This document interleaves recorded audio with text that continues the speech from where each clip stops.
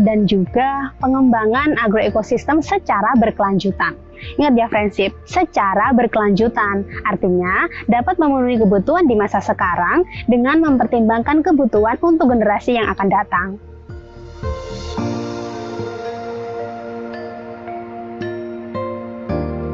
Ada 9 hal yang harus diingat kalau kita mau menerapkan pertanian kita.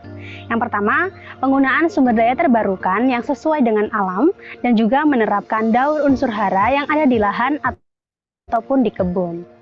Yang kedua, mengurangi penggunaan material yang berpotensi merusak lingkungan hidup, kesehatan petani, masyarakat, dan juga konsumen. Contohnya pupuk kimia, pestisida kimia, dan juga penggunaan pupuk atau pestisida yang berlebihan. Yang ketiga, menerapkan pelestarian sumber daya alam. Bisa kita dengan menggunakan tanaman jangka panjang untuk mencegah erosi, kemudian menggunakan mulsa atau penutup tanah, dan juga menerapkan pengolahan tanah yang minimum atau tanpa olah tanah. Yang keempat, melakukan penerapan hemat air. Salah satunya adalah penerapan irigasi tetes atau juga bisa dengan pengembangan pertanian lahan kering. Yang kelima, melakukan penghematan energi dengan menggunakan teknologi tepat guna. Yang keenam, pelestarian genetik.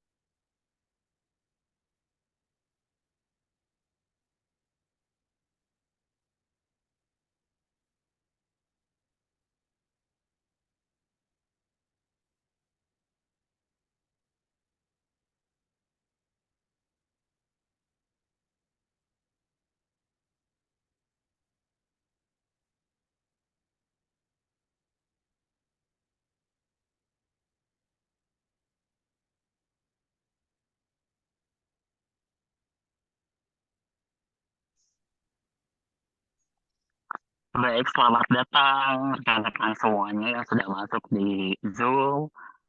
Ada tadi Mas Eko, kemudian ada Mbak Wina, Mbak Anita, terus ada Kak Yenida. Selamat datang di ruangan Zoom di agroekologi. Ngobrol agroekologi 2 bijak bertani kelola sampah organik dengan budidaya maggot.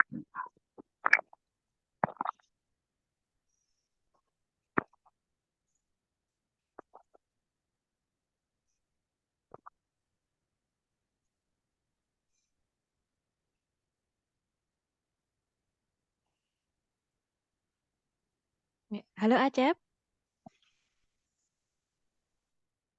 Halo Mbak Ika. Berhenti ya tadi ya, sempat berhenti ya. Iya. Kita mulai saja Mbak Ika. Kita mulai saja karena sudah jam 19.43 kalau di jam saya.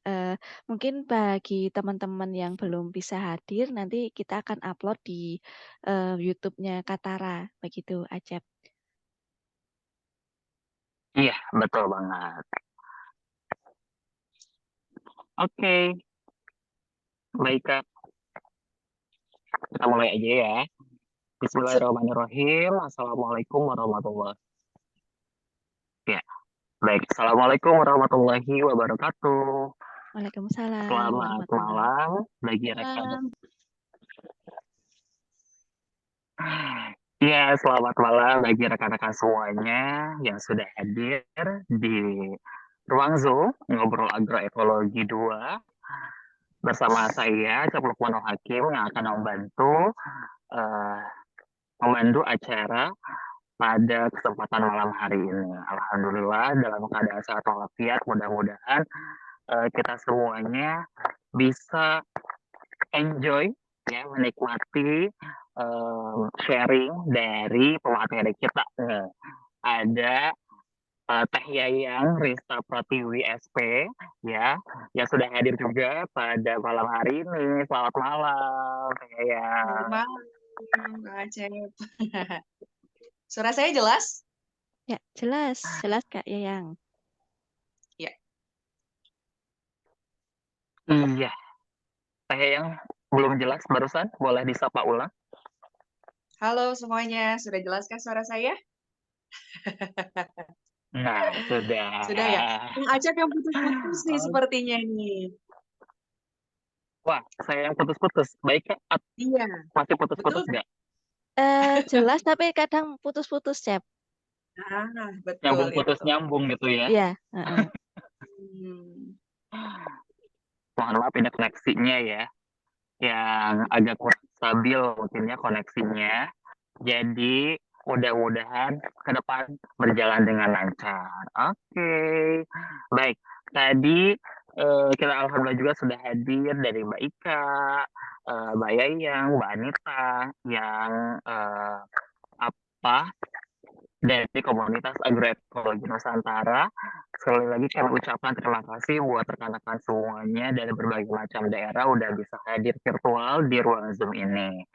Oke, sekali lagi mudah-mudahan kita enjoy buat menikmati sharing session ini dari aku panggil Mbak Yayang, Kak Yayang, Teh Yayang atau apa ya? Gimana enaknya aja. Panggilnya apa? Asal jangan yang-nya doang, bahaya. Oh, yang gitu. Aduh, oke. Iya, itu mah jadi beda lagi ceritanya ya. Oke, siap. Kita lanjut sebelum kita mulai sharing session bareng Kang Yayang. Kita bakal overview terlebih dahulu mengenal apa itu Katara dan juga bagaimana Katara itu sendiri, lingkupnya eh, yang bakal disampaikan oleh Mbak Ika. Pada Mbak Ika, disilakan. Ya. Terima kasih, Acep. Ya. Baik, teman-teman yang Oke. Ya, baik teman-teman sekalian, perkenalkan nama saya Ika. Saya dari Detara Foundation yang merupakan juga anggota dari Katara atau Komunitas Agroekologi Nusantara. Mungkin bagi beberapa teman di sini istilah Katara ini baru. Ya, kami singkatan dari Komunitas Agroekologi Nusantara. Awal mula didirikannya Katara itu tahun kemarin antara tanggal 19 sampai 24 September 2022 itu ada training of trainers tentang pertanian keluarga atau family farming berbasis agroekologi yang dilaksanakan di pesantren At-Tahrik Garut dan juga didukung oleh FAO Indonesia. Nah, dari kegiatan ini peserta pelatihan training of trainers family farming berbasis agroekologi ini bersepakat untuk membentuk sebuah komunitas yang nantinya akan menjadi gerakan bagi kita semua untuk mendorong agroekologi, praktek agroekologi untuk pertanian di Indonesia. Eh, Anggota Katara itu sendiri terdiri dari individu maupun komunitas atau organisasi yang mengakui agroekologi sebagai alternatif atau solusi terhadap sistem pertanian pangan yang berkelanjutan untuk sekarang maupun masa depan. Nah, sebagai salah satu upaya kami di Katara untuk menyebarluaskan agroekologi di Indonesia dan juga menyebarluaskan ilmu atau pengetahuan-pengetahuan tentang agroekologi di Indonesia, kami menghadirkan sebuah diskusi agroekologi atau obrolan agroekologi yang insya Allah diadakan setidaknya sebulan sekali gitu. Nah, dari kegiatan ini kami akan dokumentasikan dalam bentuk video dan syukur nanti dalam bentuk tulisan juga gitu tentang praktek-praktek agroekologi yang sudah diterapkan oleh teman-teman di Indonesia. Untuk seri kedua ini, alhamdulillah kita sekalian ini ya, memperingati Hari Tani Nasional ya ini ya teman-teman ya, tanggal 23 September kemarin ya? Ya Iya, kalau nggak betul. salah ya. Iya, Ya, betul. jadi selamat Hari Tani buat teman-teman, petani, buat kita semua gitu kan. Pada ngobrol agroekologi seri 2 ini kita cukup bahagia, cukup senang karena bisa menghadirkan Kak Yayang. Nah, Kak Yayang ini salah satu petani milenial di Jawa Barat itu. jarang-jarang beliau ini bisa hadir kayak gini karena sibuk juga gitu, sibuk ya, Kak Yayang. Sibuk dengan, panennya gitu ya. Nah, ini kita menghadirkan, perwakilan dari anak muda ya, dari kalangan milenial gitu. Nanti kita akan terus, melakukan diskusi-diskusi yang lain dengan tema yang lain, dengan, teman-teman Katara atau nanti mengundang teman kita yang lain atau Bapak Ibu, yang ada di sini mungkin akan sharing, tentang praktek pertanian berkelanjutan yang dilakukan oleh Bapak Ibu atau teman-teman, silahkan nanti menghubungi kami gitu. Untuk kontak, person atau narahubung, ada Kak Anita, di sini, eee, apa, namanya juga Anita terus ada nomor telepon. Nah ini, kontak atau narahubung kami di Katara, nanti bisa menghubungi kami. Kemudian pada kesempatan ini, bulan ini, kita akan membahas tentang ini ya, praktek, urban farming yang dilakukan oleh, Kak Yayang ini, Teh Yayang. Nah ini, bagaimana, sebuah pengelolaan sampah organik ini, apa ya, termasuk dalam, pertanian terintegrasi gitu loh, dalam urban farming. Jadi tidak sia-sia, yang biomasa yang dihasilkan atau juga, sampah dapur yang dihasilkan dari, pertanian itu gitu kan. Tapi masih bisa, dikelola dengan budidaya magot. Nah, saya kira, saya hanya membuka, dan memperkenalkan sedikit tentang Katara, tidak menutup kemungkinan nanti juga anggota Katara ini akan berkembang, menjadi banyak gitu ya. Tidak hanya, eee, kami alumni dari TOT Family Farming itu sendiri. Baik, terima kasih, Acep, Kak Yayang, mungkin panggung akan kita berikan kepada Kak Yayang dan juga Kak Acep, dan juga teman-teman di sini, nanti silahkan, manfaatkan forum ini untuk, saling berdiskusi, dengan baik. Terima kasih. Wassalamualaikum warahmatullahi wabarakatuh. Waalaikumsalam warahmatullahi wabarakatuh. Waalaikumsalam. Terima kasih Mbak Ika sudah berbagi cerita mengenai apa itu Katara ya. Kalau tadi, oke, baik. Eh, Apakah suara saya terdengar jelas kembali? Iya, jelas, jelas. Sorry, Kak Ika boleh dijadikan Jelas share all host lagi. lagi yang akunnya yang Rista yang kedua? Nah, Mau share slide ya? oke, iya, baik. Kita sambil menunggu kayak yang di co-host tekan terlebih dahulu. Sekali lagi, tadi kalau Mbak Ika dari Detara Foundation gitu ya, dan masuk ke dalam bagian eh, agroekologi Nusantara atau Katara ini. Tadi saya juga belum kenalan ya lebih lanjut. Kalau saya sendiri, Acep ini berasal dari instansi Patriot Desa Jawa Barat ya.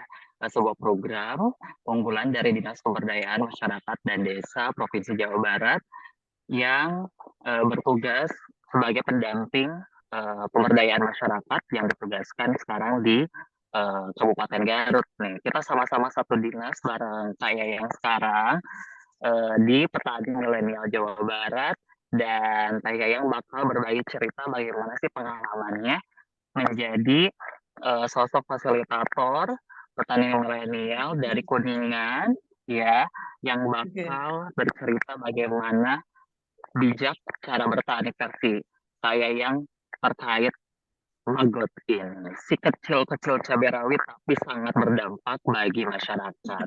Oke, terima kasih. Ya kita lanjutkan saja langsung ke pematerinya. Apa kabar saya yang kita sapa dulu Baik, aja ya. baik. Alhamdulillah, Kak Acep. Kak Acep gimana? Baik, alhamdulillah baik juga ya. Iya, Terima kasih sudah hadir dan bisa berbagi cerita di sesi malam hari ini. Kita iya, langsung aja ya, langsung iya. semuanya kita kasih kesempatan buat yang silakan. Oke, Assalamualaikum warahmatullahi wabarakatuh. Waalaikumsalam. Iya, salam kenal semuanya. Tadi sudah dikenalkan ya, nama saya yang Rista Pratiwi. Saya petani milenial Jabar yang domisili di Kuningan. izin sharing-sharing ya tentang apa namanya pengelolaan sampah ya dengan Maggot gitu ya. Em, betul seperti kita ketahui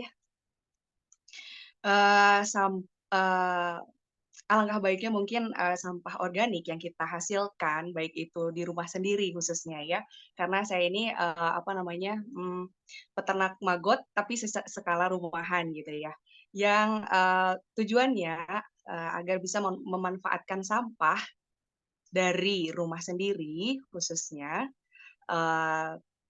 bisa menjadi bermanfaat dengan didaur oleh maggot itu sendiri. Nah, di sini teman-teman mungkin ada yang sudah tahu mungkin ya maggot itu apa. Ada juga yang mungkin masih asing apa sih itu maggot gitu ya. Yang tadi disebut sama Kang Acep yang kecil-kecil cabai rawit katanya yang menggemaskan katanya gitu ya.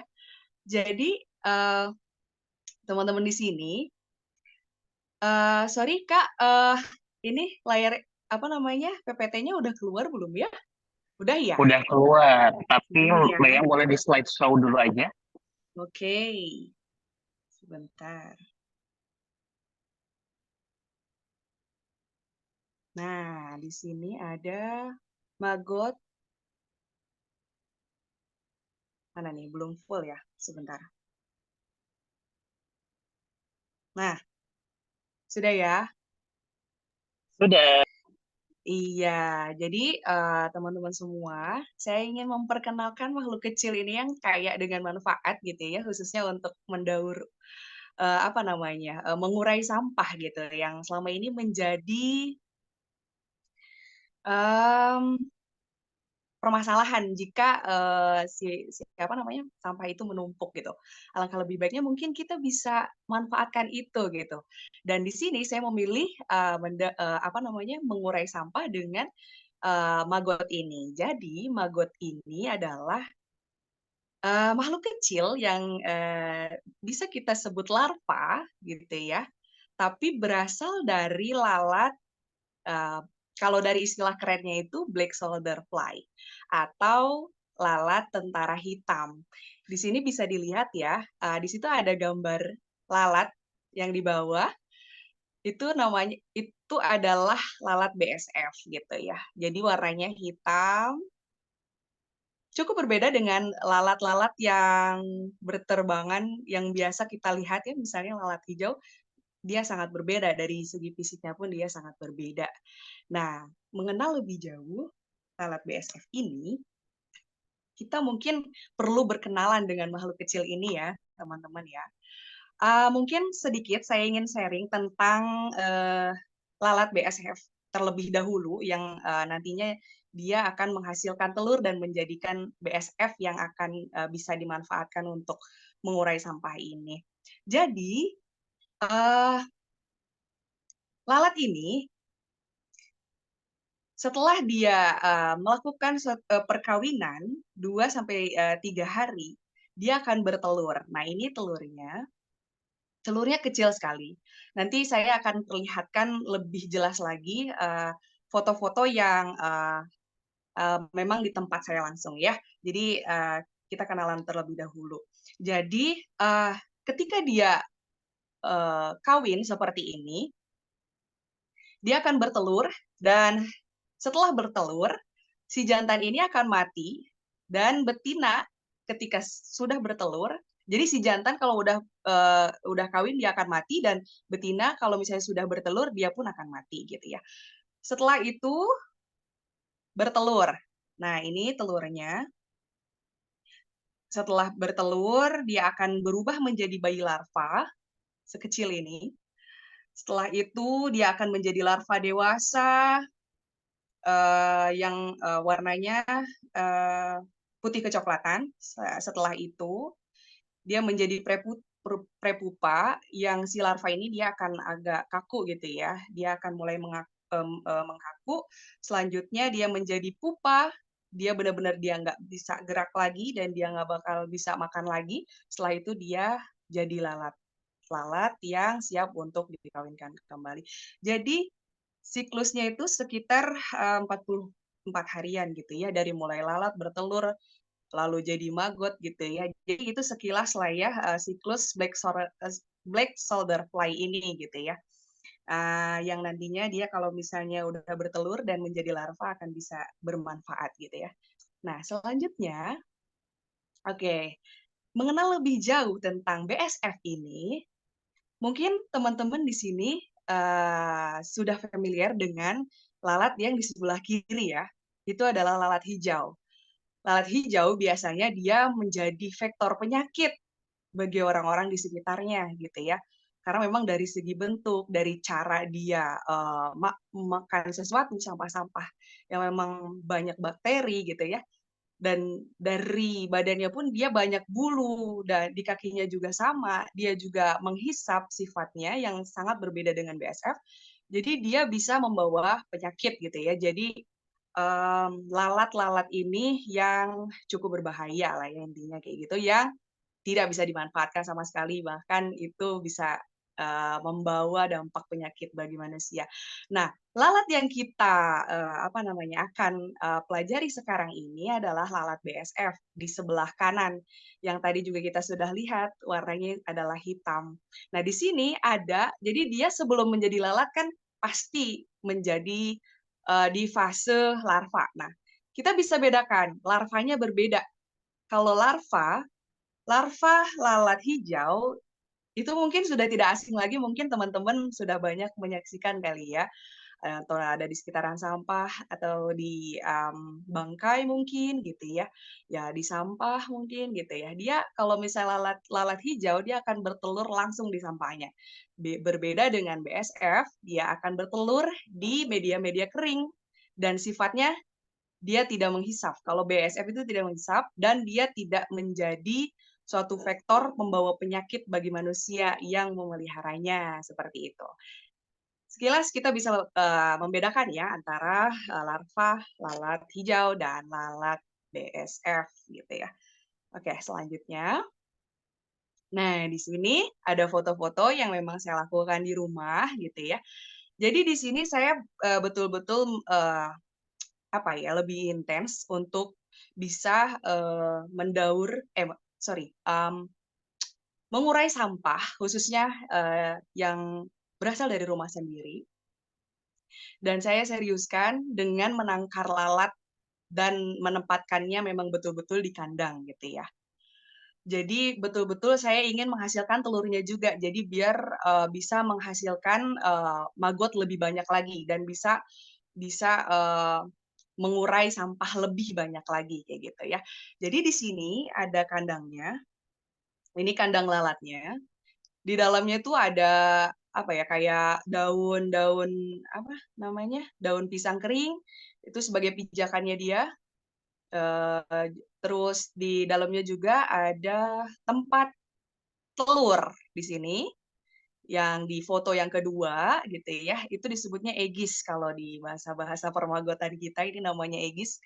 Dia adalah tempat telur, tempatnya BSF itu bertelur gitu ya.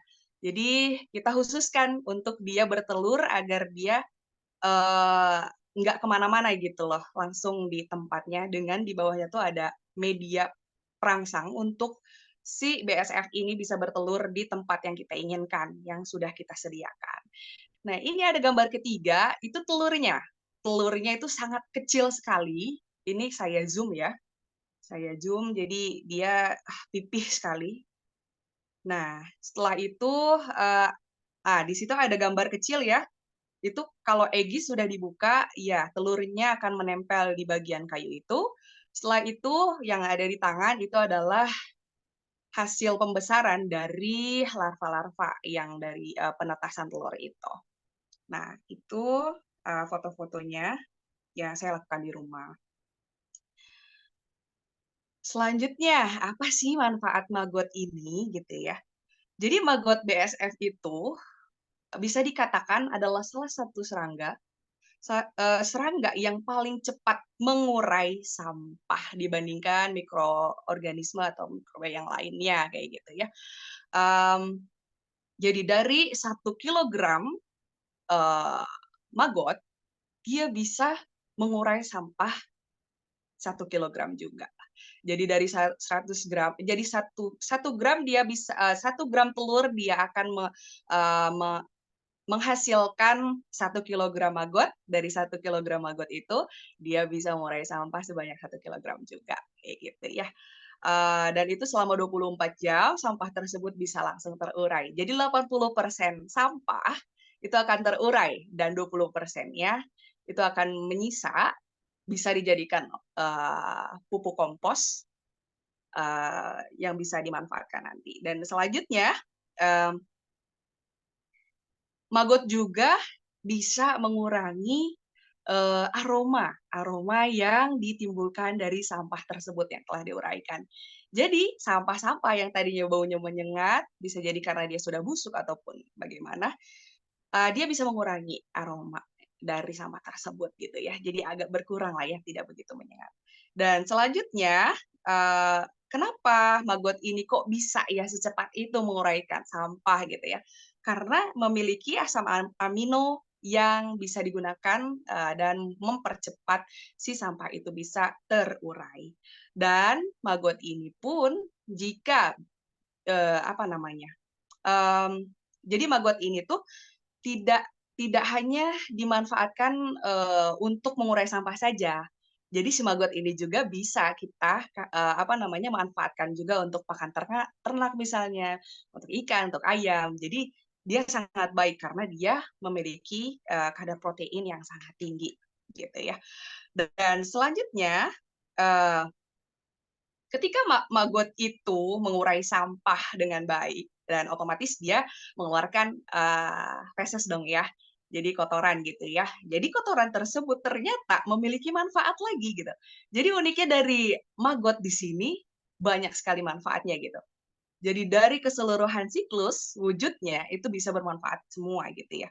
Sampai ke kotorannya pun itu memiliki manfaat untuk meningkatkan nutrisi jika dicampurkan dengan media tanah gitu. Jadi ada kaitannya dengan pertanian gitu ya untuk kita bisa memanfaatkannya menjadi pertanian yang ramah lingkungan gitu ya. Dia bisa menjadi pupuk organik yang sangat bermanfaat dan sangat kaya nutrisi kayak gitu. Di sini juga saya terapkan itu untuk tanaman-tanaman saya di rumah kayak gitu dan ternyata memang hasilnya sangat baik kayak gitu ya. Khususnya untuk tanaman yang misal tomat gitu ya. Saya pernah itu saya terapkan ternyata dia bisa mempercepat masa-masa generatif untuk pembungaan. Jadi dia bisa ngebantu banget untuk itu ya. Selanjutnya, jika teman-teman ingin mencoba di rumah gitu ya dengan misal nanti kalian bisa mencoba menangkar karena memang lalat BSF ini sangat banyak berkeliaran di alam gitu ya. Ada ilmunya untuk kita bisa menangkar mereka dengan kita membuat suatu media, misalkan dedak diberikan misal Yakult gitu ya, yang pokoknya dia tuh memiliki aroma asam yang menyengat gitu, agar si lalat ini bisa datang dan bisa hinggap dan bisa kita tangkar gitu ya. Nah, di sini mungkin kita akan berbicara tentang kalau misalnya si lalat ini sudah ada gitu ya, dan telur-telurnya itu memang sudah ada. Jadi syarat untuk media hidup maggot yaitu menggunakan dedak yang fungsi dedak ini agar kondisi media tidak begitu basah. Jadi di sini ketika kita ingin memanfaatkan maggot untuk mengurai sampah, kita juga harus menyiapkan media yang betul-betul bisa memenuhi gitu ya syaratnya gitu ya agar si maggot ini nyaman di media tersebut gitu ya. Dan kalau misal kita mengurai sampah dengan maggot ini dengan media yang basah, maggot-maggot ini bisa berkeliaran dan naik ke atas karena dia tidak betah dengan kelembaban di medianya kayak gitu. Dan selanjutnya, kalau bisa kita bisa memilah dulu sampahnya, gitu ya. Sampah-sampah organik yang memiliki kadar air tinggi, mungkin kita bisa simpan dulu sejenak agar bisa diendapkan dulu airnya. Dan kalau misalnya sampah-sampah organik yang tidak memiliki kadar air tinggi seperti sayuran-sayuran yang tipis-tipis mungkin ya kayak gitu. Terus buah-buahan seperti pisang seperti itu, kalau misalnya ada yang sudah tidak layak makan seperti itu masih bisa gitu ya. Dan kalau contohnya kayak seperti timun, semangka misal kayak gitu-gitu yang tingkat airnya lebih tinggi, mungkin kita bisa sisihkan terlebih dahulu gitu ya. Atau bisa diimbangi dengan dedak yang ditambah gitu ya. Jadi biar si medianya ini tidak basah. Yang pada akhirnya dia nanti bisa tidak betah gitu. Si larva ini bisa naik ke atas dan bisa berkeliaran kemana-mana. Dan semakin luas tempat yang kita punya, itu akan semakin baik untuk maggot hidup gitu ya. Nah, kalau saya di rumah, memang saya masih skala rumahan, saya masih menggunakan, kalau bahasa Sundanya ini jolang gitu. Nggak tahu nih bahasanya Kang Acep ini jolang atau bukan nih? Atau Kak Ika nggak tahu nih ini apa? Oke, ember mungkin ya. Ember yang besar, baskom deh. Entahlah namanya apa gitu ya. Yang ukurannya ya lumayan cukup besar lah ya. Jadi biar dia cukup gitu. Nah, setelah itu jangan berusaha untuk menutup atasnya karena ketika kita menutup atasnya dengan barang-barang yang kedap udara itu akan mengganggu atau membuat si larva ini tidak betah di dalam gitu ya. Mungkin dia akan kehabisan oksigen gitu ya. Dan selanjutnya, oke di sini ada video. Sebentar ya. Oke, teman-teman. Di sini saya mau share video yang saya lakukan di rumah. Bisa diputarnya ya.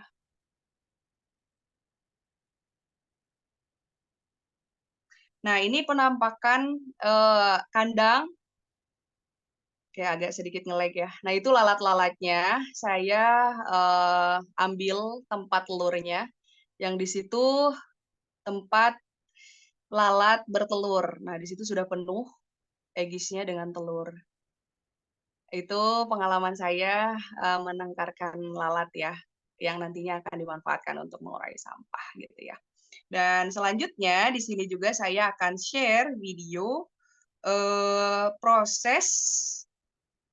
Oke, mungkin kita ini dulu kali ya. Nah, ini penampakan maggot yang saya pelihara ya, seperti itu. Gemas sekali ya, Kang Acep ya yang tadi bilang. Nah, ini maggot. Bener Nah, banget. nah ini dia hewan mungil yang sangat bermanfaat untuk bisa mengurai sampah organik kita dengan baik dan cepat gitu ya. Nah di sini juga ada video, ada video proses, ini saya di time lapse ya. Nah proses dia mendekomposer sampah-sampah organik. Tapi saya nggak sampai selesai, sekilas saja. Ternyata kalau dipercepat, dia tuh benar-benar kayak mesin penggiling ya. Karena memang larva tersebut sangat rakus, sehingga sampah apapun sebetulnya bisa dia urai gitu dengan cepat. Nah, itu dia cuplikan-cuplikan yang bisa saya share tentang maggot yang saya pelihara di rumah, yang sangat bermanfaat tentunya. Barangkali itu saja yang bisa saya sampaikan, Kang Acep. Boleh ya dilanjut, barangkali ada yang mau bertanya. Terima kasih. Oke, terima kasih banyak kayak yang udah sharing terkait maggot BSF ini. Wah, menarik sekali walaupun geli-geli juga gitu ya. Saya pernah megang kayak gitu tapi yang enggak yang udah cukup tua gitu ya. Si maggotnya udah lumayan geli juga gitu kan. Tapi emang menarik banget, emang cepat banget ya kayak yang untuk si proses penguraiannya itu dibandingkan dengan metode-metode yang lain gitu kan. Jadi kalau boleh tahu nih, kita sambil nunggu teman-teman rekan-rekan yang lainnya menanyakan di bagian chat ya, kita sambil ngobrol dulu aja ya. Nah, Ayang udah berapa lama sih gitu menekuni proses budidaya maggot ini gitu ya? Apa nggak geli-geli juga di awal gitu atau gimana tuh? Ah, ini di masa-masa saya masih kuliah sih sebenarnya. Saya kenal Waduh, maggot ini dari kuliah gitu. Jadi saya bertemu dengan Mas Maggot ini emang dari zaman kuliah gitu. baik. Wah, udah dari kuliah ya. Udah lama Baik berarti sekitaran sekali, mantap. 2000 berapa ya? 2018 kali ya? 2018 gitu ya. Yap. Baik, oke. Kita lanjut dulu aja, kayak katanya di sini ada yang udah bertanya nih ya. Dari Oh Mbak gitu. Resti Sylvia. Ya. Iya. Kalau dari Mbak Ika, silakan boleh dari Mbak Resti boleh langsung menanyakan lebih lanjut ke Mbak Yayang. Mbak Yayang boleh di close ini dulu aja ya. Close Close apa? share screen dulu aja ya. Oke.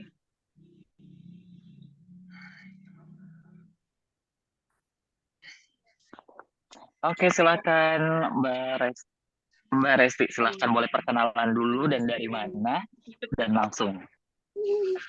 Halo, Assalamualaikum, Yayang. Waalaikumsalam, ini kawan saya nih, Mbak Aceh. Ya, Oh, nama gitu. saya Resti. Saya petani Iya. milenial dari Garut nih, ketemu Yayang waktu Wah, sesama kemarin. Petril ya. Iya Wah, betul. saya dari Garut juga loh Mbak Resti. Iya. Saya dari Oh Garut kan? juga loh.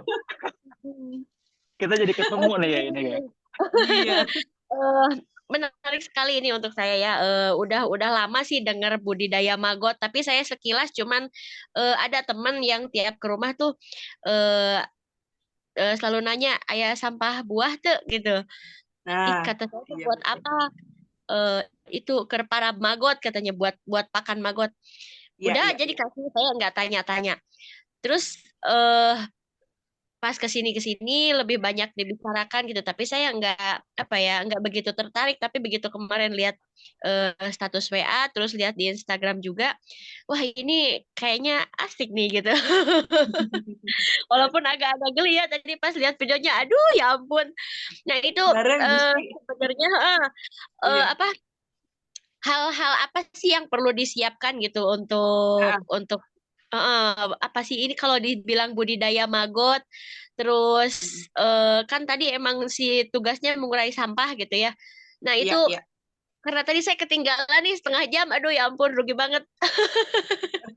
Gimana ini saya belum belum begitu mengerti nih yang nih. Oke.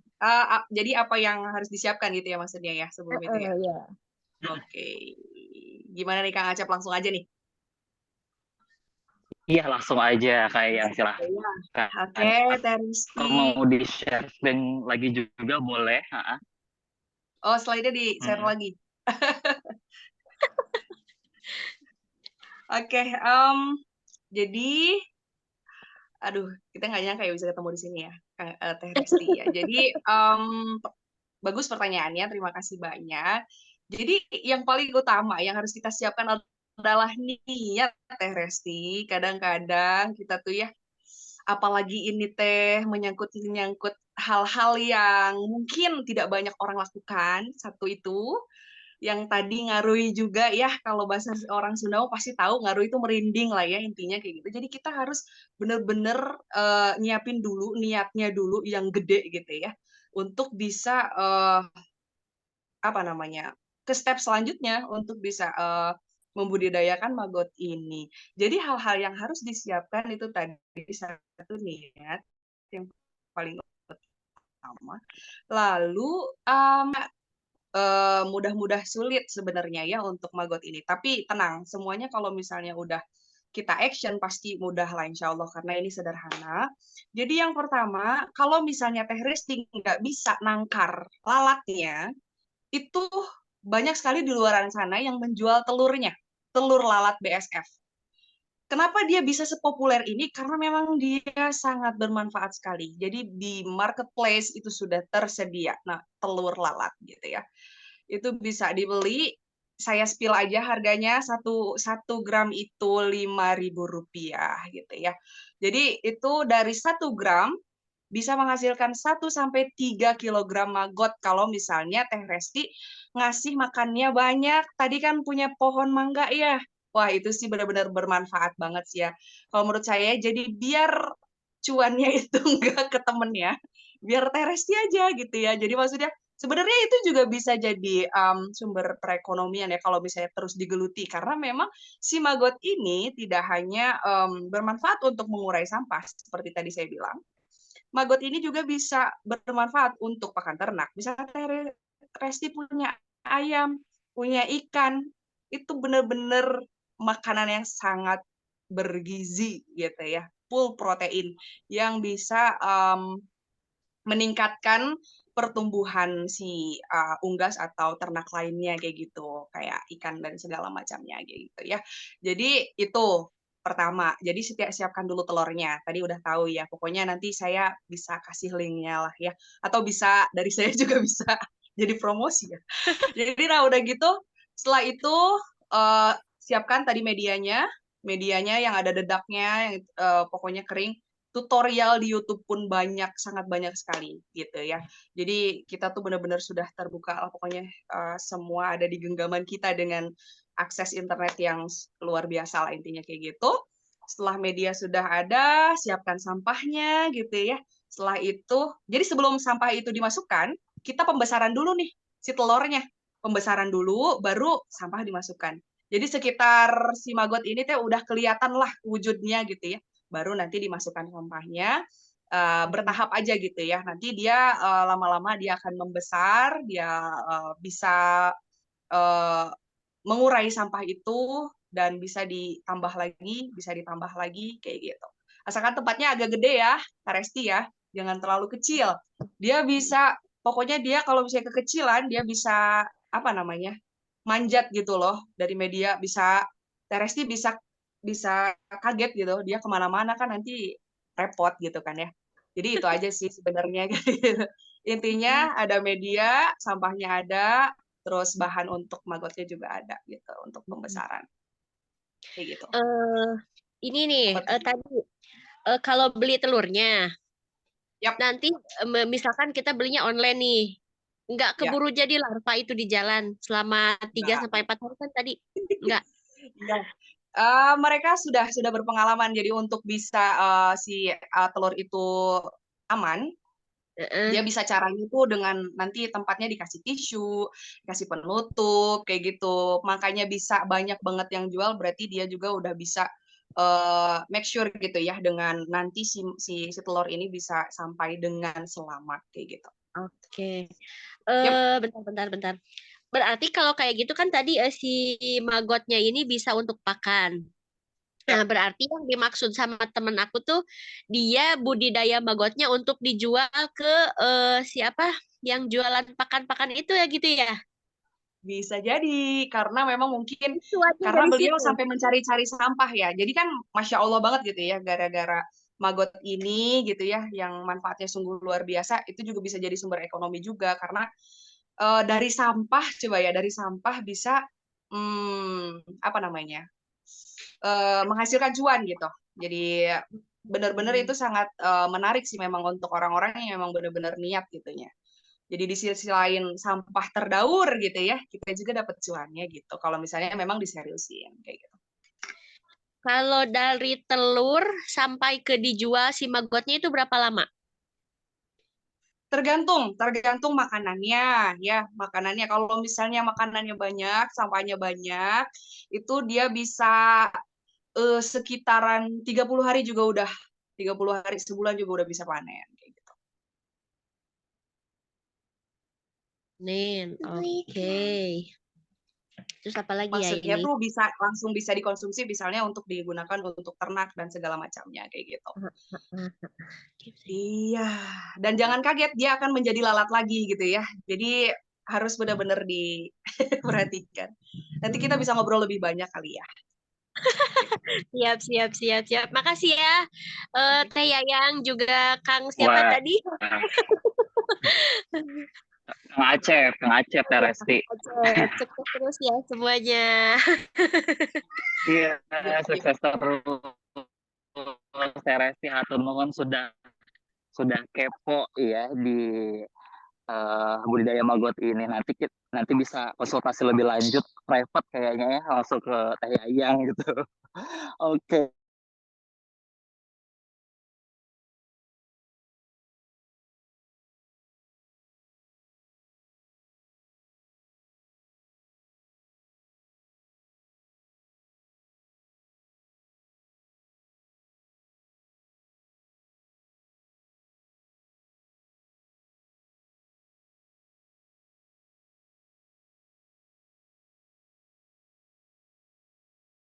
Nya itu memancing lalat hijau, dia bisa langsung bertelur di sampahnya langsung. Berbeda dengan lalat hijau, lalat BSF, dia tidak akan apa namanya? Dia tidak akan bertelur langsung di sampahnya, tapi dia pasti nyari di media-media yang kering kayak gitu. Jadi itu sih. Jadi kita Ah, lebih safety aja gitu. Jadi maksudnya lebih mengamati juga gitu. Jangan sampai ada lalat yang lain yang hinggap gitu. nah iya bener ya. Karena beda juga ya antara si lalat hijau dan lalat BSF ini ya, Teh Iya, Yayang. iya. Iya, betul betul. Karena Oh, kalau hmm. lalat-lalat hijau ini emang pembawa penyakit juga gitu. Saya pernah banget saya pernah kecampur gitu ya sama sama lalat Ah, hijau. Iya, pernah gimana tuh? pernah. Em, ya jadi larvanya jadi kok ada yang beda ini kenapa ya gitu kan. Kok ini kok karena wujudnya Hmm. aja dari situ udah beda gitu. Makanya kita emang harus perhatikan banget gitu. Jadi makanya saya itu benar-benar si lalat ini benar-benar ditangkar di satu tempat yang emang benar-benar khusus. Dia berasal dari telurnya dari lalat BSF. Jadi biar si lalat hijau ini tidak masuk gitu dan tidak bertelur. Baik, menarik. Menarik sekali ya ini. Sampai Teh Resti udah minat banget tapi geli gitu ya. Ini betul ya. Em, Oke, ini ternyata kayaknya nggak kerasa banget gitu kan ya, udah sampai mau ke penghujung acara. Tapi nggak apa-apa ya teman-teman, kita ada tambahan waktu gitu ya, karena masih ada pertanyaan nih. Semoga teman-teman masih Ya, berkenan. Ini pertanyaannya dari Mbak Wina nih. Katanya berapa minimal luas kandang lalat BSF? Di ya. pasaran dijual starter kit dalam bentuk baskom, apakah cukupkah? Terus beternak maggot dari telur sampai lalat apakah bau? Terus lalat BSF makan apa? Apa makan sampah juga katanya? Boleh satu-satu dulu deh Teh Yayang. Waduh, wow, wow, wow, wow, wow. Ini sangat menarik Menarik sekali pertanyaan. sekali. Alhamdulillah gitu ya. Sebentar, saya lihat. Keponya gede banget gitu kan. Iya, betul.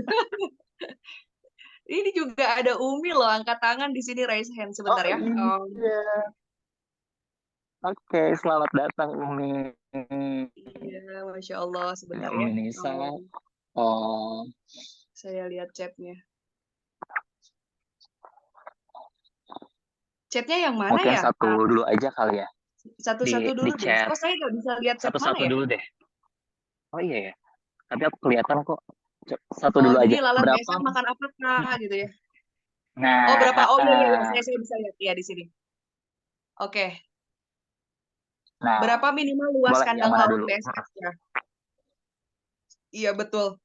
Sebenarnya gini ya, itu pilihan sebetulnya itu pilihan. Kalau misalnya memang ada rezeki lebih dan kita bisa beli yang emang udah jadi dan bisa make sure banget kita bisa lanjut gitu ya, emang bisa dan sudah tersedia memang starter kitnya kayak gitu ya. Jadi dari mulai ukuran kecil, sekitaran 50 cm ke 30 cm lebarnya dan tingginya bisa ke semeteran juga bisa. Jadi bentukannya banyak sih memang ya. Kalau yang saya gunakan di rumah itu ukuran 1 meter panjangnya, ya. Terus lebarnya sebentar, 0,5 meter. ke atasnya sekitar 2 meter. Jadi saya waktu itu niat banget sih memang sebetulnya itu terlalu besar gitu. Tapi saya pikirnya oke semakin besar semakin lalat itu bisa lebih leluasa gitu ya untuk berkembang biak kayak gitu. Dan bisa disederhanakan, kita juga bisa nangkar langsung gitu ya, seperti yang saya juga pernah lihat di pesantren Atorik ya, ekologi ya. Saya waktu itu juga pernah lihat Umi itu bikin rak-rak dan bikin apa namanya, ada tempat-tempat lah ya di situ, dan di situ juga ada perangsang juga dari sampah organik.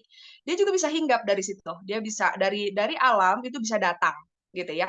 Kalau kita memang mau sabar dan mau leken gitu ya kalau bahasa Sundanya ya. Jadi mau berproses gitu ya. Jadi dia bisa hinggap dan bisa langsung bertelur di area yang mungkin kering di sampah tersebut. Dan itu bisa tiba-tiba ada magotnya gitu ya. Di situ bisa dikembangkan. Dan kalau misalnya kita semakin banyak juga lalat yang dihasilkan, bisa kita tangkar juga gitu dengan tempat yang memang sudah disediakan gitu ya. Ya itu betul. Jadi apakah cukup? Ya cukup. Bagi pemula itu sangat cukup gitu.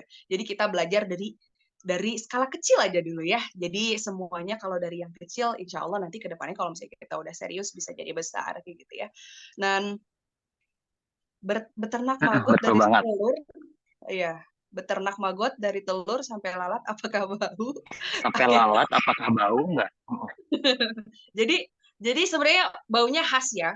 Jadi makanya tadi saya pernah bilang ketika ada sampah, otomatis memang dia akan mengalami suatu apa namanya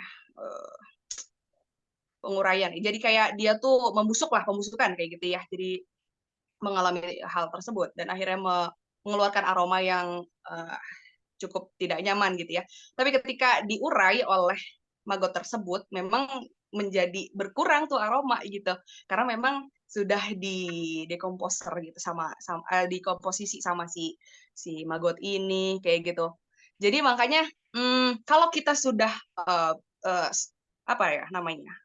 Mindsetnya tuh memikirkan akan manfaat yang sangat banyak dalam beternak maggot ini, bau apa segala macamnya kayak hal-hal yang kurang nyaman sedikit itu udah kayak terhapuskan aja gitu dengan kita tuh udah ngerasain wah iya nih manfaatnya seperti ini ya, wah ini sampah kita tuh emang bener jadi manfaat ya, dan bisa bener-bener berintegrasi dengan misal kita punya ternak apa segala macam dan kita bisa mendapatkan cuan juga misal kayak gitu ya kalau misalnya lebih gede lagi kayak gitu, karena emang peternak-peternak di sini pun sangat membutuhkan itu karena seperti kita tahu tadi kan maggot itu kaya dengan protein kayak gitu ya. Dan selanjutnya Benar lalat banget. BSF makan apa? Nah, di sini yang menarik, lalat BSF makan apa katanya gitu ya. Jadi lalat BSF ini tidak seperti lalat hijau yang dia itu sifatnya menghisap dan bisa menjadi vektor penyakit. Di sini lalat ini hanya kalau saya tuh hanya cuma disemprot-semprot air doang. Karena siklus si lalat ini ketika dia menjadi lalat sampai dia kawin dan akhirnya si betinanya bertelur, si jantan setelah kawin dia mati selama 7 hari ya. Si lalat ini langsung mati gitu. Dan jantan mati ya betinanya mati gitu. Dan dia meninggalkan telur-telur yang nantinya akan menjadi siklus lagi daur hidup selanjutnya kayak gitu. Jadi benar-benar lalat ini tidak apa namanya? Tidak sama sekali menularkan penyakit. Jadi dan dia tidak makan gitu. Iya, Jadi benar dia banget. hanya mencium dari apa ya? Jadi kita tuh bener-bener nyiapin bak yang di dalamnya ada rangsangan-rangsangan aroma yang membuat dia akan bisa bertelur gitu ya, intinya kayak gitu. Jadi dia cuma terangsang, terus dia kawin, langsung dia bertelur. Udah dari situ setelah bertelur jantan betina mati sudah gitu. Kalau misalnya udah sudah di fase itu ya. Selanjutnya apalagi nih? Wah, Gimana cara semprot airnya? Sorry ya menarik Kak Acep, lagi. jadi aku Ada langsung follow aja. up question Jadi, katanya. jadi saya biasanya nyemprotin yang halus-halus Langsung aja. aja. Nah, Iya, betul. halus, jangan sampai pakai pompa sanyo ya, mati sebentar. Jadi udah aja pakai semprotan gitu ya, semprotan yang memang yang ditekan-tekan gitu, yang halus-halus. Nah, dia nanti akan terlihat kayak tap-tap gitu loh ke jaring, tap-tap-tap gitu, kayak cuman nyium-nyium air gitu ya. Jadi untuk dia metabolisme aja gitu. Setelah itu udah gitu. Dan kadang-kadang tidak dikasih minum pun dia masih tetap bisa bereproduksi. Jadi kita apa namanya ya, tugasnya memfasilitasi mereka aja, jadi biar dia hidup lebih baik, biar nanti telur yang dihasilkan juga banyak gitu. Oke, apa lagi nih Kak Acep? Kondisi apa saja yang Mantap. kita gagal Wah. berkembang? Itu ada lagi Nah, itu kondisi. udah belum Ini nggak ya? apa-apa Barusan dilanjut belum ya? ya? Ini udah 6 menit lebih Iya, sih. kondisinya. Lewat. Nggak Boleh apa-apa ya aja ya, kondisinya? teman-teman ya. Ya, Bapak tadi mulainya telat ya kita ya. Iya, semoga tetap. Iya, betul, betul. Kita mulai telat setengah jam. Mulai ya. Kondisi apa saja yang bisa bikin maggot kita gagal berkembang? Nah, pertanyaan yang sangat menarik, yang tidak bisa berkembang ketika kita juga memberikan sampah yang memang benar-benar tidak disortir gitu loh. Jadi kita cuma bruk aja. Tidak melihat bagaimana kenyamanan maggot tersebut ada di dalam tempatnya. Jadi seperti tadi saya bilang, kalau misalnya media dan sampah yang terlalu padat, itu juga sebetulnya kalau misalnya tempatnya kecil gitu ya, jadi kayak padat banget, itu dia bisa gagal berkembang, jadi dia tuh nggak membesar karena dia terlalu padat juga gitu satu. Jadi dia tidak bisa oksigennya itu kurang gitu, oksigennya kurang dan dia banyak pasti berkeliaran keluar. Apalagi kalau misalnya basah, dia udah pasti nggak betah gitu ya, nggak betah, dia pasti berkeliaran keluar kayak gitu. Dan gagal berkembang di sini lagi ya kalau misalnya makanannya kurang, bisa jadi kayak gitu. Jadi misalnya cuma dedek doang nih misalnya, nggak ada bahan yang bisa diurai misalnya kayak gitu ya. Ya itu juga bisa. Jadi dia mungkin lebih ke kurang gizi misalnya kayak gitu ya. Jadi dia kuntet gitulah. Jadi bahasanya itu kerdil. Jadi kalau misalnya si maggot ini sampai ke fase mau prepupa, ya mau jadi pupa, tapi dia perkembangannya nggak besar, dia juga bakal menghasilkan lalat yang kecil juga gitu. Jadi ukuran lalat itu ditentukan dengan larva yang menjadi pupa tersebut. Jadi ukuran larva yang emang udah ada di fasenya itu. Kalau misalnya kecil ya lalatnya kecil, kalau besar ya lalatnya besar kayak gitu. Dan bisa menghasilkan telur-telur yang ya sesuai dengan induknya seperti itu. Begitu. Menarik sekali. Ini ada follow up question dari Mbak Ika ya. Semoga Teh Wina udah cukup clear. Terus bagaimana pengaruh musim hujan dan kemarau? Apakah berpengaruh nggak dalam budidaya maggot ini? Oke, jadi teman-teman mungkin untuk menyikapi hal tersebut, terima kasih Kak Ika atas pertanyaannya. Waduh. Jadi pengaruh musim hujan ya. Jadi kalau misal itu lebih ke pengaruh proses perkawinan si lalat gitu ya. Gimana sih kalau orang jadi kalau misalnya mau nikahan kayaknya kalau hujan kayaknya sampai di ini ya Kang Acep ya. Sampai di apa namanya?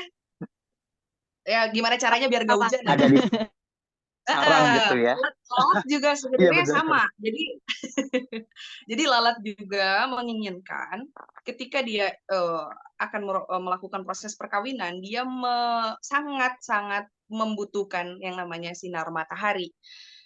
Dan itu akan meningkatkan telur-telur yang akan diproduksi. Jadi lebih banyak kalau misalnya kemarau. Jadi kebanyakan itu peternak lalat BSF itu sangat bahagia ketika cuacanya panas seperti sekarang ini, itu sangat cocok sekali. Kalau misalnya hujan, sebetulnya mereka masih bisa berkembang, tapi mungkin telur-telur yang akan dihasilkan itu nggak sebanyak lagi kemarau.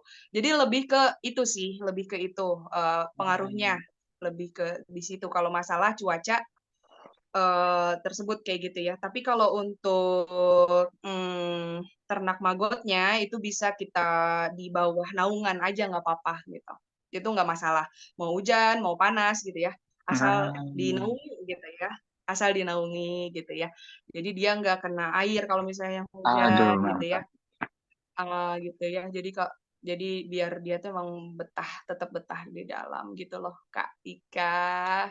Wah, Terima kasih. Iya ya. cocok Pas- banget nih ya teman-teman Berarti bisa di bawah pas pohon kemarau hujan sekarang. ya? Berarti ya, Di Kak. bawah pohon. Di Di pohon bawah pohon ya. gimana? Di apa nempatin sarangnya bisa di bawah pohon ya kalau gitu ya. Biar kalau Oh, hujan nggak terlalu ini kena gitu. oh iya, di bawah pohon. Tapi gini, itu maksudnya gimana, Kak? Jadi maksudnya kalau di bawah pohon itu kan nggak dikena hujan ya? Iya, Kalau nggak ditutup sama apa ya? Sama asbes transparan atau oh pakai gitu. plastik apa gitu ya? Oh, Jadi yang bagian sebenarnya atas. dia kalau misalnya di bawah naungan pohon malah kalau misalnya lagi kemarau dia sangat terganggu kalau misalnya pas mau kawin kayak gitu. Jadi dia butuh sinar matahari kayak gitu. Hmm. Jadi untuk mensiasati agar tidak kehujanan mungkin lebih ke cari apa namanya? Atap yang transparan lah. Entah Oke. dengan cara apapun itu. Gitu.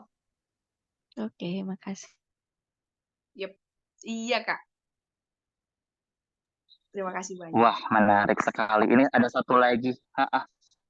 Dari Teh Wina lagi. Kalau telur telat pindah dari kayu, apa telurnya bisa gagal tuh? Gimana Iya, betul. tuh? Iya. Betul sekali. Kak Acep tadi Umi angkat tangan, nanti barangkali ada kesempatan bisa berbincang dengan Umi ya, Kak Acep ya. Oke, selanjutnya Iya, betul banget. em, Ini langsung aja ya ke Umi karena udah raise hand juga. Silakan Umi, barangkali ada yang mau disampaikan. ya Halo Umi. semua, Teh Yayang. Ya, ya Aduh, Umi. seneng banget ya. Assalamualaikum warahmatullahi wabarakatuh. Nggak apa-apa ya, saya off kamera ya. Iya, nggak apa-apa Umi. Senang sekali semua lancar ya. Pertemuannya keren Acep, Mbak Ika. Apa kabar semua? Terima kasih telah membuat satu event yang keren banget nih. Iya. Apa namanya? Ketika teman-teman melakukan peternakan maggot, teman-teman telah berkontribusi terhadap pengendalian perubahan iklim. Ya, perubahan iklim itu salah satu kontribusi terbesarnya itu adalah terjadinya perubahan iklim. Salah satunya itu adalah ya kontribusinya adalah dari sampah makanan. Jadi kalau sampah makanan ini terbesar loh ya, termasuk di dunia pertanian. Ini terbesar di penyumbang perubahan iklim. Salah satu jalan memang adalah beternak maggot begitu. Jadi tidak kemana-mana, Acep. Kita telah berkontribusi untuk mengendalikan perubahan iklim. Itu salah satu kelebihan yang keren dari beternak maggot. Tetapi bagaimanapun juga ya, yang harus dihati-hatikan adalah maggot ini sudah kemudian menjadi gerakan yang sangat masif gitu ya, sangat masif sekali, dan akan ada bagaimanapun juga setelah masif ini akan ada satu ekosistem yang terancam ya, karena akan resisten dengan yang lain. Salah satunya adalah lebah. Ya, jadi lebah di wilayah peternakan maggot itu kecuali kalau maggotnya dieliminir seperti memakai jaring hijau itu salah satunya berfungsi supaya lebah masuk ya, supaya lebah tidak takut terhadap maggot. Maggot itu berkuasa BSF-nya. Sehingga sampai lebah di atorik juga hilang sekarang. Lebah biasanya berkerumun di bunga pinang ya. Sekarang kemudian ini makanya kemudian atorik menjadi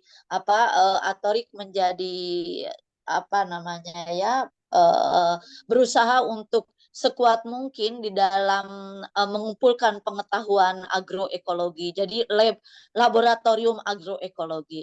Nah, karena resisten ngejawara banget nih BSF ini ya. Dia kuat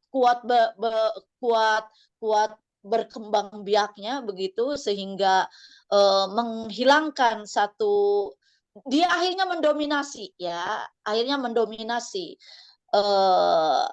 di mana-mana berternak dalam gerakan yang sangat masif itu, kemudian yang lain menjadi luluh gitu ya. Memang jaring hijau itu penting di dalam beternak. Jadi teman-teman harus berusaha untuk membatas, kalau ingin besar begitu ya, memang harus akhirnya bermodal pada pada jaring hijau itu. Ya, BSF memang dikandangin memakai namanya apa itu? Yang hijau Kasa itu hijau. Teh Yayang, kain kasa ya. Tapi kain kasa juga akhirnya membuat kami juga tetap kesulitan datang lebah, karena biasanya lebah itu datang ke Telang Ungu, apalagi datang ke berkerumun di mana di bunga-bunganya bunga pinang, kemudian berkerumun di bunga matahari. Sekarang sudah nggak berkerumun-kerumun setelah ada peternakan maggot, walaupun itu dikandangin gitu ya.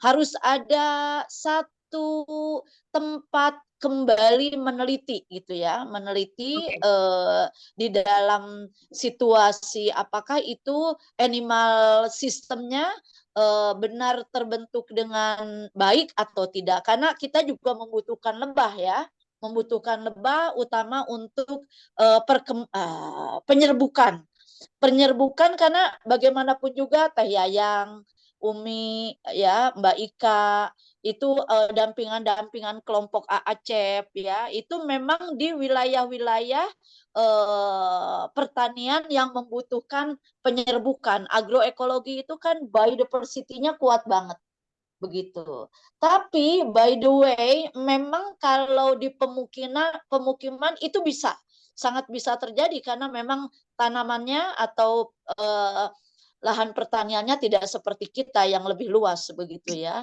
Insya Allah masih bisa berharap, tetapi bagaimanapun juga harus ada jalan keluar supaya ekosistem atau animal sistemnya tetap tumbuh dengan baik, Teh Yayang.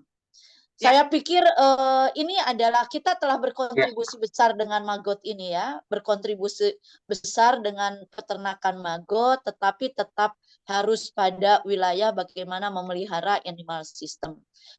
Umi juga peternakannya udah mulai banyak nih Teh, tapi harus ketat banget di kain kasanya. Itu mungkin yang harus diperhatikan. Kain kasanya jadi double supaya mereka nggak keluar. Begitu, supaya mereka nggak keluar kemudian tidak menyeimbangkan ekosistem setempat. Itu modalitas awal Teh Resti. Jadi harus Teh Wina, memang harus ada modal besar, salah satu yang nggak besar-besar amat sih kain kasa ya, nggak besar-besar banget, masih bisa terjangkau lah, masih bisa terjangkau. Begitu, terima kasih. Terima kasih banyak. Terima kasih.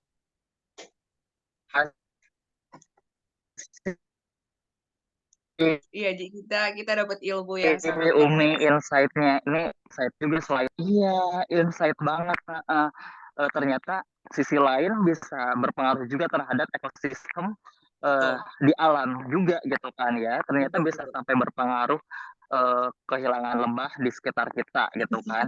Itu menarik sekali. Makasih banyak Umi insight-nya, dan tadi betul sekali Teh Yayang dan teman-teman semuanya, dari budidaya maggot ini ternyata bisa mensupport, mendukung ekosistem alam kita juga gitu kan, untuk perubahan iklim, apalagi di mensupport, mendukung tujuan pembangunan berkelanjutan SDGs nomor 12 tentang produksi, konsumsi dan produksi yang bertanggung jawab. Iya. Jadi teman-teman itu secara tidak langsung itu udah mendukung tujuan dunia gitu kan ya, bagaimana kita bisa mengelola sampah organik kita dengan bijak, dengan bertanggung jawab, dengan melalui budidaya maggot itu sendiri. Wah, menarik banget ini Teh Yayang, kayaknya udah sampai mau jam 9 gitu ya. Wah, ini mungkin boleh gitu ya closing statement nih dari Teh Yayang untuk terakhir nih. Boleh, silahkan. Sebenarnya tadi cukup sekali menjadi closing statement-nya dari Umi, itu sebenarnya udah cocok banget sih Kak Acep gitu ya. Jadi bagaimana kita juga bisa memperhatikan ekosistem di luar sana gitu ya. Jadi ketika kita ingin melakukan sesuatu yang memang itu juga bermanfaat, tapi kita juga harus bisa memikirkan juga keadaan di sekitar. Karena memang kalau udah ngomongin masalah ekosistem pasti ada yang merajai juga di situ gitu ya. Karena memang mengingat BSF ini perkembangannya memang sangat pesat. Coba bayangkan dari satu lalat saja sudah bisa mengeluarkan ratusan bahkan 500-an mungkin ya bulir telur gitu ya. Makanya BSF itu bakal berkeliaran di mana-mana gitu ya. Mungkin nanti akan saya kaji lebih lanjut lagi mengenai tentang penyerbukan ini gitu kan ya. Apakah memang BSF juga bisa menyerbuki atau tidak saya juga belum tahu gitu ya barangkali gitu ya. Jadi dikuasai sampai sehingga lebah-lebah tidak tidak mau gitu ya. Makanya kita perlu banget yang namanya ya dieksklusifkan si lalat ini gitu ya. Nah itu mungkin Betul banget. mudah-mudahan sedikit ilmu yang saya share ini bisa bermanfaat dan bisa dilakukan actionnya gitu ya, pengaplikasiannya gitu ya. Ini karena betul-betul seperti tadi kata Umi bilang lah ya, manfaatnya sangat besar sekali, bahkan sampai ke perubahan iklim gitu ya. Jadi mungkin itu saja, dan mohon maaf jika mungkin terjadi kekeliruan ya Kang Acep ya. Kita bisa sharing lagi di lain waktu barangkali. Sharing lagi. Nah, betul banget. Wah, semangat. Makasih banyak Teh Yayang atas sharingnya di sesi malam hari ini. Sungguh tak terasa gitu ya, 1 jam yang seperti cepat banget gitu kan. Dan ternyata Iya. teman-teman, ini udah kayak private course aja gitu ya. Ini udah eksklusif banget, gratis gitu kan. Dan teman-teman bisa konsultasi, diskusi bareng-bareng di forum ini juga. Iya, betul, Oke, dan teman-teman yang jelas teman-teman bisa mensupport juga produksi sampah yang sungguh menggunung di Indonesia ini gitu ya, bahkan terbesar, salah satu terbesar sampah makanan, food loss and food waste di Indonesia ini penyumbang timbunan yang sangat besar gitu menurut data dari Bappenas, kemudian data KLHK yang lainnya, dan ini merupakan salah satu tool, salah satu solusi yang teman-teman bisa kontribusikan untuk bisa bijak kelola sampah makanan dari konsumsi rumah tangga melalui budidaya maggot ini. Oke, sekali lagi terima kasih banyak buat Teh Yayang dan teman-teman sekalian yang sudah berpartisipasi di Zoom agroekologi di malam hari ini. Dan bagi Bapak Ibu teman-teman sekalian yang belum mengisi daftar hadir, bisa klik di bit.ly/agroekologi /2 ya, atau bisa kepoin di chatnya. Dan nanti juga Bapak Ibu sekalian, jika terlewat gitu ya diskusi hari ini, bisa dilihat di akun YouTube-nya Katara, di akun YouTube maupun di Instagram kita. Dan nantikan sesi-sesi ngobrol agroekologi di bulan selanjutnya. Nanti bakal ada perbincangan dari rekan-rekan komunitas Katara, komunitas agroekologi Nusantara, dengan tema-tema pertanian yang lain. Oke. Dan kalau misalkan ada yang mau konsultasi lebih lanjut, nih Teh Yayang, ya udah langsung di chat room, bisa langsung saja, bisa di save nomornya teman-teman, dan konsultasi lebih lanjut via Instagram juga bisa ya. Langsung searching aja Teh Yayang, tapi nggak teh gitu kan. Iya. Oke, kita mungkin terakhir foto bersama terlebih dahulu ya. Silahkan Bapak Ibu rekan-rekan semuanya yang berkesempatan bisa membuka videonya. Kak Fatma, Kak Wina, Umi juga, Kak Anita, boleh kita foto bersama terlebih dahulu. Wah, ini peserta yang spesial banget nih ya. Apalagi udah bisa konsultasi lebih lanjut. Oke, udah cukup kali ya. Yang lainnya mungkin belum bisa. Hitung Kita dulu ya, langsung yang buka saja. kamera ya. Oke. Ya, yang bisa buka kamera. Nah, iya. Nah, hitung. Ya, 1, 2, 3.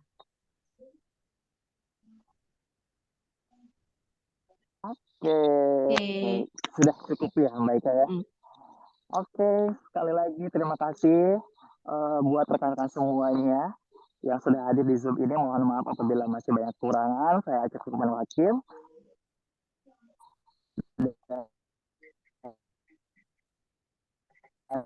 rekan-rekan dari tim Katara ya di bulan Oktober selama Hari Tani Nasional. Mari kelola bijak sampah dengan bertanggung jawab.